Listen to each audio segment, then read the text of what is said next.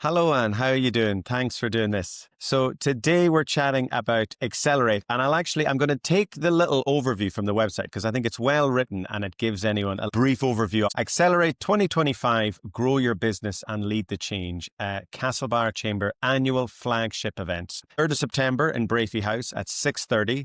And it's headlined by entrepreneurs Ivan Yates and leading economist Jim Power and award businesswoman Oonagh O'Hagan. So a fantastic event, and it's designed to inspire, connect and empower. Absolutely fantastic for the region, for Mayo. So what inspired the Chamber to sort of get into this event, and is there a bigger vision behind it? Sure. Thanks a million. First of all, Paul, thanks for having me on this morning. I really appreciate it. Yeah, look at just over 2 years ago when I took over the president's role, we really wanted to have a flagship every year. So we started last year and we had it in March last year, and we also had Ivan Yates. And the whole process of this is that it becomes an event that everybody looks out in their calendar to put it in every single year, that we have really good keynote speakers. We've an opportunity for our members to come in earlier and talk to whoever our speakers are on the night, but also to network and to meet new people. So there's a few different elements to the night itself. And that's where it came from. Fantastic. And is there anything different or particular about Accelerate? Is there a different in the format? Is there a reason why you chose this kind of event itself? So the reason why we wanted a mix of keynote speakers, panel discussions, and we wanted to have a look at a few different things. So the night actually starts with David Mellett, and David is our head of Castlebar Municipal District. And we're starting with Castlebar as a town.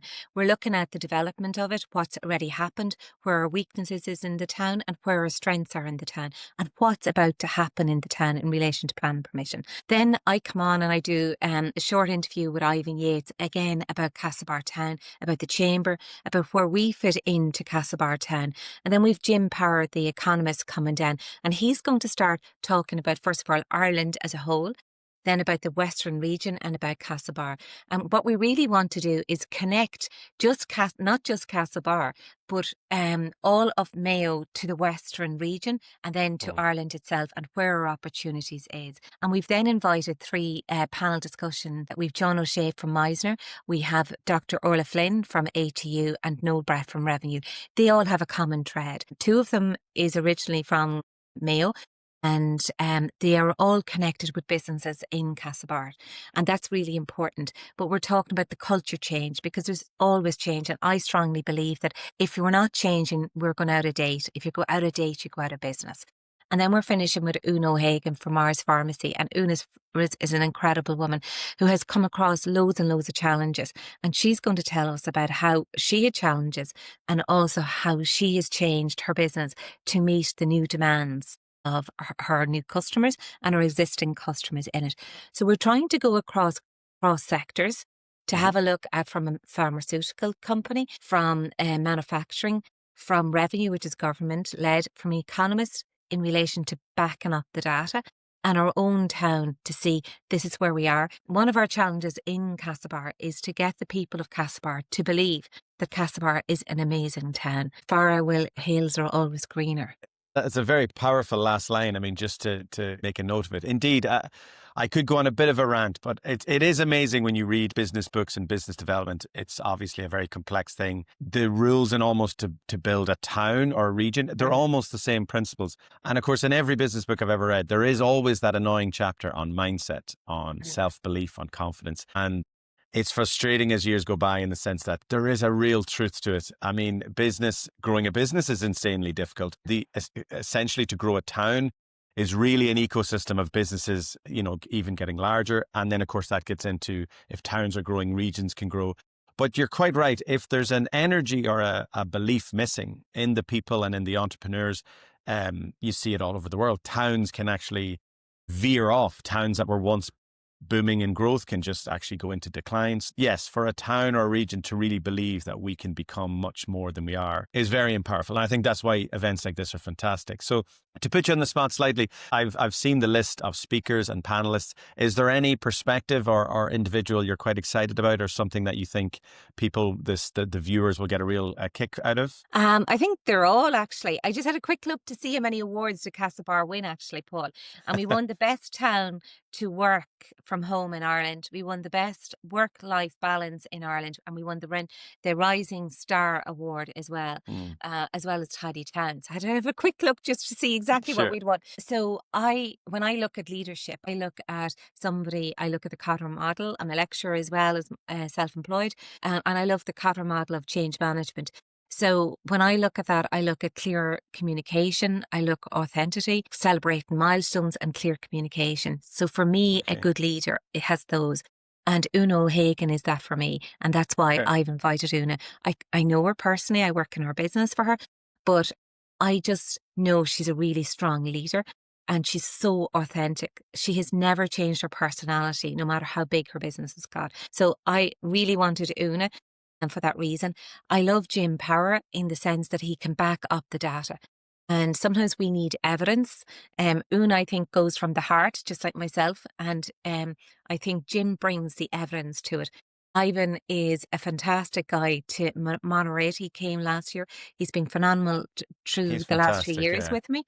Yeah, he's been picking up the phone and giving me a bit of support over the last few years. So he's been really, really good. And then the panel discussion, I've already met with them and we've gone through what we're going to talk about. And there's some really interesting stuff in that. I think Noel Brett is going to bring something really special to the table.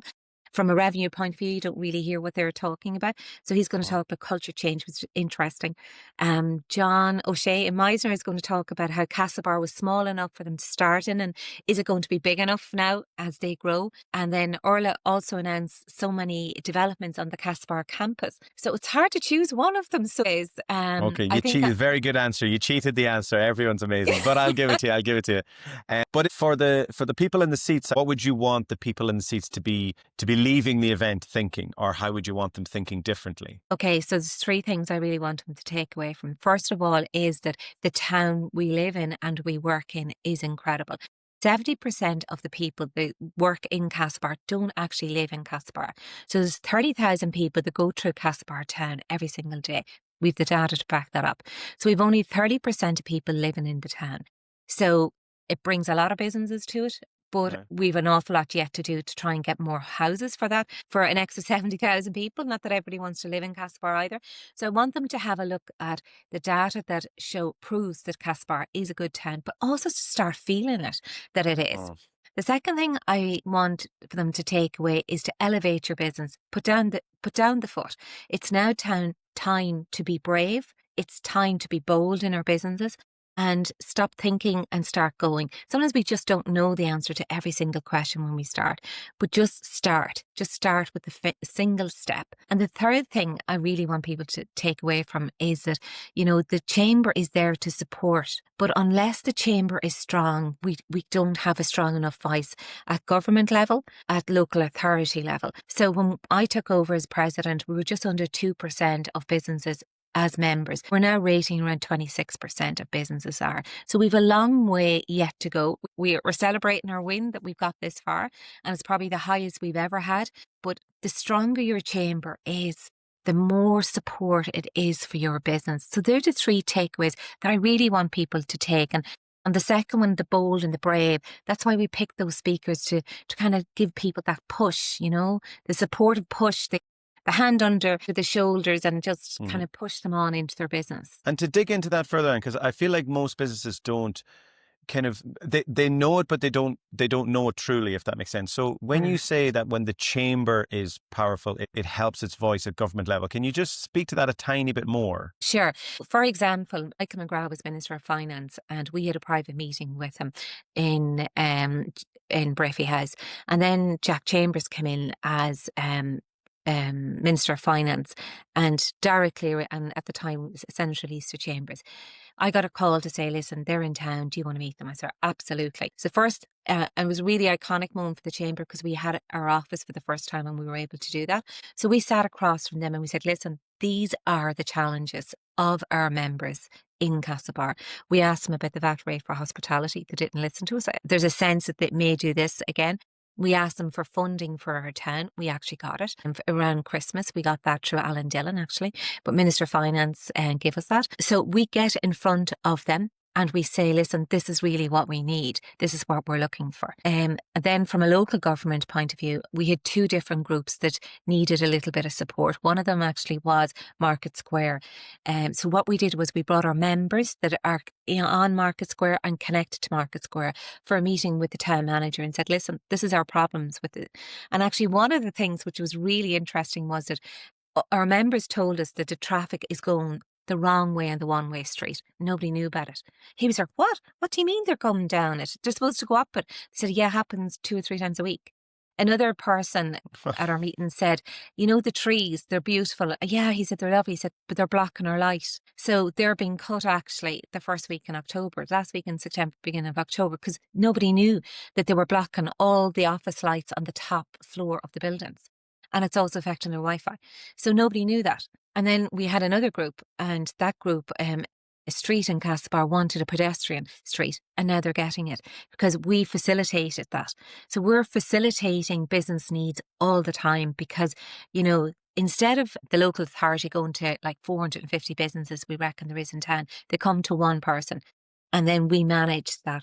So we are the link, the bridge between local authority and also the government. And Alan Dillon, Minister, he's responsibility for retail. His offices are just down the road from us.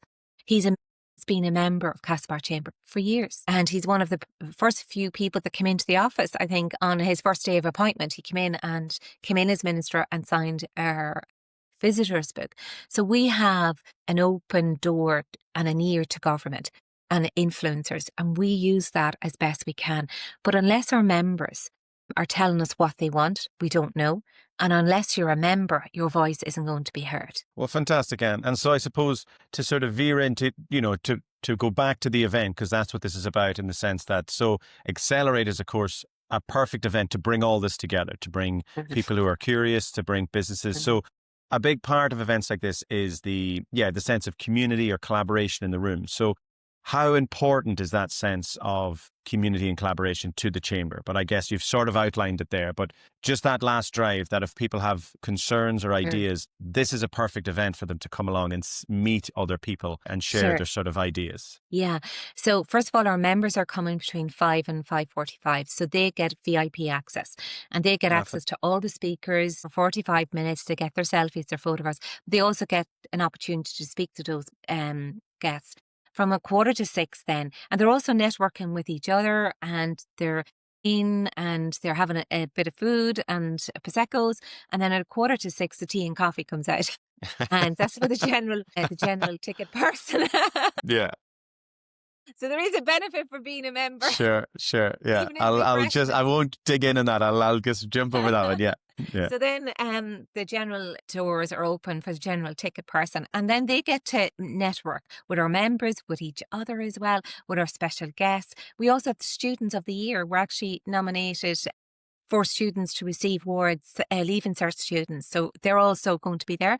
And we also have a table for each of the different secondary schools to actually come, bring their business school students. They just have one table each. So it's really important for me to see young people coming into events and being able to talk to business people as well. So then throughout the night, then there is opportunity then to meet people at the table. And then the after party goes to the Healy Mac bar, where all the guest speakers and all our members and everybody's invited for some drinks in the bar, and the party then really gets started. But I guess what I really want to say is that it's an opportunity to meet like-minded people. If you're a business, if you don't have to own a business to be a member of the chamber, your company that you work for, you can be an employee, come network. You may find problem that you have to a solution to that, and you might help somebody else, you know, with a solution to it. And you never know, you might be the next president in the next few years as well.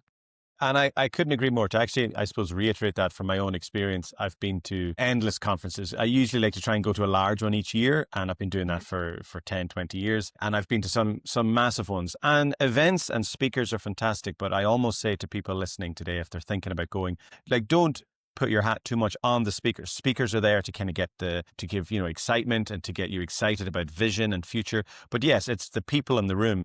It's the networking. And most of my largest connections in business were made at conferences where the person I was sitting beside and I got chatting to, and then we ended up having a business connection or a problem or solution that we could share. So it really is the power of the network, bringing so many businesses together in our room. And of course, the speakers and everyone helps that whole event. But I do think, the power of networking, I can't sort of praise enough. I think it's the secret when you're building a business. And I think a lot of young entrepreneurs today that I work with, they do tend to think digitally. And the answer is at the laptop that they're on. And so if I can just build a business and connect to the world via the magic of the internet and the laptop, but they do tend to forget walking down the road, shaking a hand, saying hello. They forget that side because they'll spend, hours and hours on the laptop. So yes, I do massively believe in the power of networking and people coming together. So for the last people who haven't grabbed a ticket, and thanks for your time, the last few words to convince them to attend Accelerate 2025. Well, there's 280 people booked already. We've only 300 seats. So there's 20 seats available for the next 3 days.